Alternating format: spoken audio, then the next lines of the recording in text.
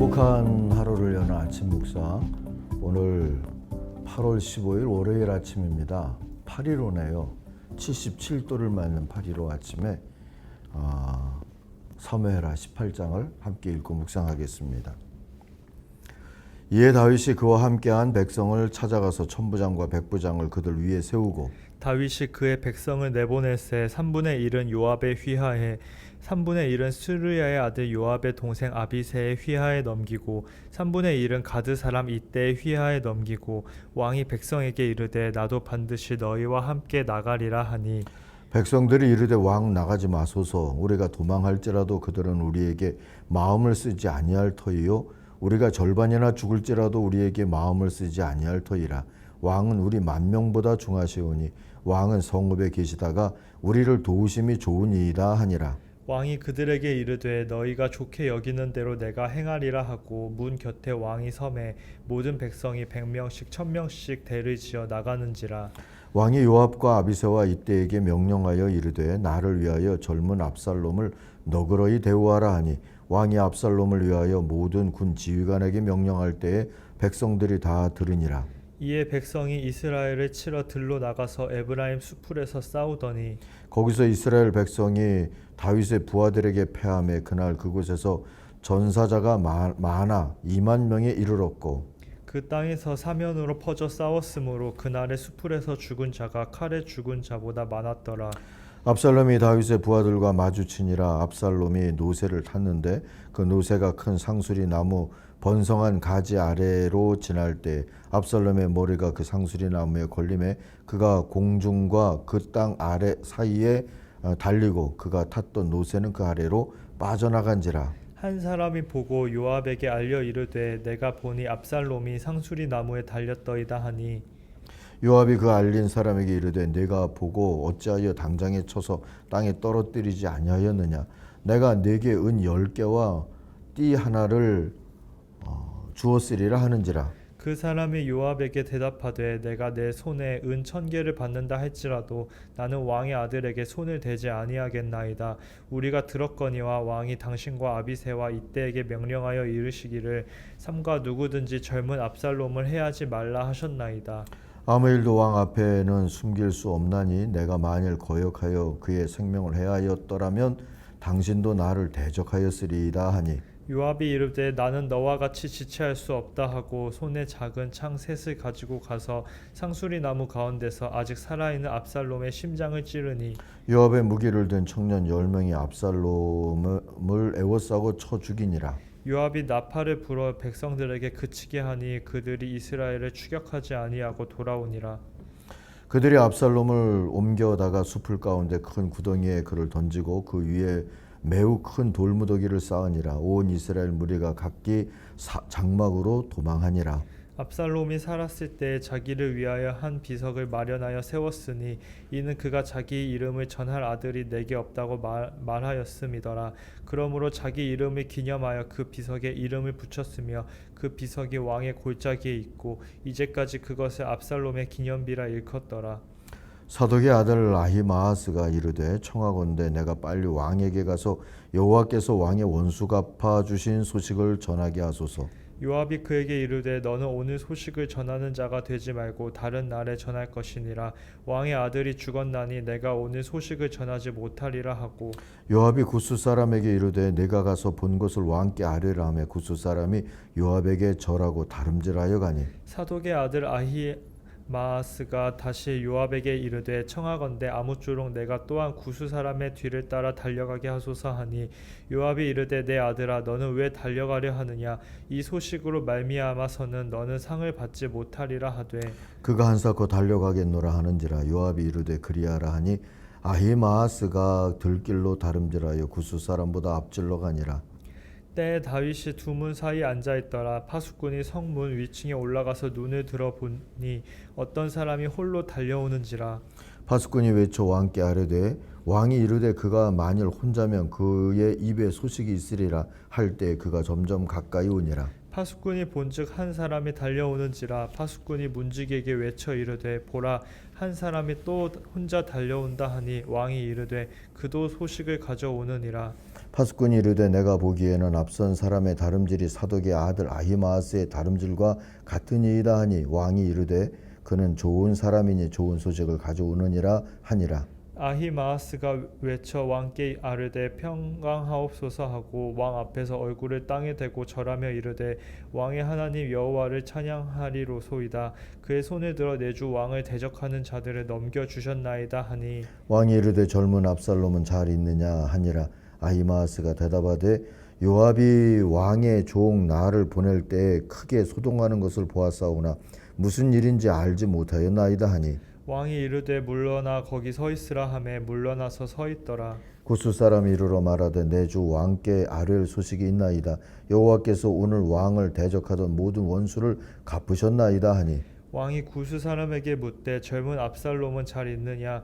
구스 사람이 대답하되 내 주 왕의 원수와 일어나서 왕을 대적하는 자들은 다 그 청년과 같이 되기를 원하나이다 하니 왕의 마음이 심히 아파 문 위층으로 올라가서 우니라. 그가 올라갈 때에 말하기를 내 아들 압살롬아 내 아들 압살롬아 차라리 내가 너를 대신하여 죽었다면 압살롬 내 아들아 하였더라. 아멘. 아멘. 오늘 묵상의 제목을 환호성의 이면이라고 정했습니다. 33절 마지막 절을 요절로 읽겠습니다. 왕은 마음이 찢어질 듯이 아파서 울었다. 그는 내 아들 압살롬아 내 아들아 너 대신 차라리 내가 죽을 것을 압살롬아 내 아들아 하고 울부짖었다. 자, 왕의 자리에서 반란 민병대의 수장인 아들과 싸워야 하는 아버지의 심정은 어땠을까요? 본문 한 장을 읽는 내내 묵상하게 되지만 쉬 짐작하기가 어렵습니다.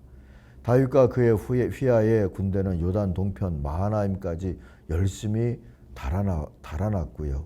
압살롬은 온 이스라엘 지파에서 징집한 민병대를 이끌고 요단강을 건너 추격해서 길르앗에 진을 치게 됐습니다. 이젠 서로 안 싸울 재주가 없게 된 것이죠. 한편 싸움터는 요단 동편의 산림지역이었어요. 그런데 이름을 에브라임 숲풀이라고 했다지 않습니까?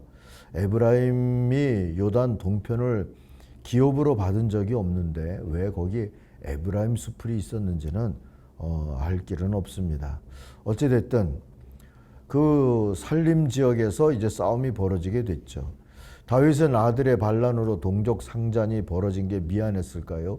자기도 싸움에 나서겠다고 했지만 함께한 이들이 말립니다. 3절 보시면 임금님이 나가시면 안 됩니다. 우리가 도망을 친다 해도 또는 우리가 절반이나 죽는다 해도 그들은 우리에게 마음을 두지 않을 겁니다. 임금님은 우리들 만명과 다름이 없으십니다. 그러니 임금님은 이제 성 안에 계시면서 우리를 도우시는 것이 좋겠습니다. 반란군이 노리는 건 왕 다윗이었을 테니까 이들의 권고는 옳았다 하고 볼 수 있죠. 결국 다윗은 성에 남고 진압군은 세 부대로 나뉘어서 출진을 하게 됐습니다. 그때 다윗은 지휘관들 곧 요압과 아비사와 이때에게 부탁하죠. 5절에 나오죠. 나를 생각해서라도 저 어린 압살롬을 너그럽게 대하여 주시오. 개역은 젊은 압살롬이라고 그랬는데 청년 압살롬이라고 그랬는데 세번역은 어린 압살롬이라고 번역을 합니다. 이거 아버지의 마음이겠죠. 그런데 이 말을 온 백성이 다 들었어요. 사실 병사들의 사기를 떨어뜨릴 수 있는 부탁인 것이죠. 왕이 자기 백성과 싸우러 나가는 병사들보다 이 지경을 만든 반란군 수계인 아들의 생명을 더 염려하고 있는 것 아니겠습니까? 늘 멘탈 갑처럼 보이던 다윗도 결국 아버지였다 하고 말할 수 있을 것 같아요. 그러나 이 불쌍한 아버지의 부탁은 외면됩니다. 노새를 타고 도망치다가 상수리 나무에 머리채가 걸려 매달리게 된 압살롬의 심장을 요압은 투창 3개로 꿰뚫어 버리죠. 이들의 전장의 특성상 그럴만했어요. 에브라임 숲은 숲풀로 우거진 곳이어서 8절 보니까 이날 숲속에서 목숨을 잃은 군인이 칼에 찔려서 죽은 군인보다 더 많았다. 그럴 지경이었다 하지 않습니까? 그런데 다윗의 훈련된 병사들은 좀 나았겠죠. 그러나 민병되었던 반란군은 칼에 죽기보다 수풀에서 길을 잃고 헤매다가 목마름과 굶주림에 죽거나 짐승과 독충에 쓰러져 죽기도 한 듯 합니다. 압살롬도 내버려 뒀으면 그리 되지 않았을까 싶어요. 그러나 요압은 그를 범죄인 나루듯 처형해야 할 필요를 느꼈던 것 같아요. 그래서 15절 보니까 요압은 자기 무기를 들고 다니는 젊은이 10명에게 창을 맞고 쓰러진 압살롬을 둘러싸고 쳐 죽이게 했습니다. 전쟁터에서 전사로 죽은 게 아니라 반란군의 수괴로 처형받은 것으로 끝나게 해야 되겠다, 이렇게 생각한 것 같죠. 16절 보니까 그런 다음에 요압이 나팔을 불어서 반란군 쫓기를 멈추게 했어요. 필요 이상의 동족상잔, 피 흘림을 막은 거다, 이렇게 볼 수 있죠. 요압을 잠시 생각해 봅니다. 그는 사리 분별이 냉정할 정도로 합리적이었던 보좌관이다, 이렇게 볼 수 있을 것 같아요.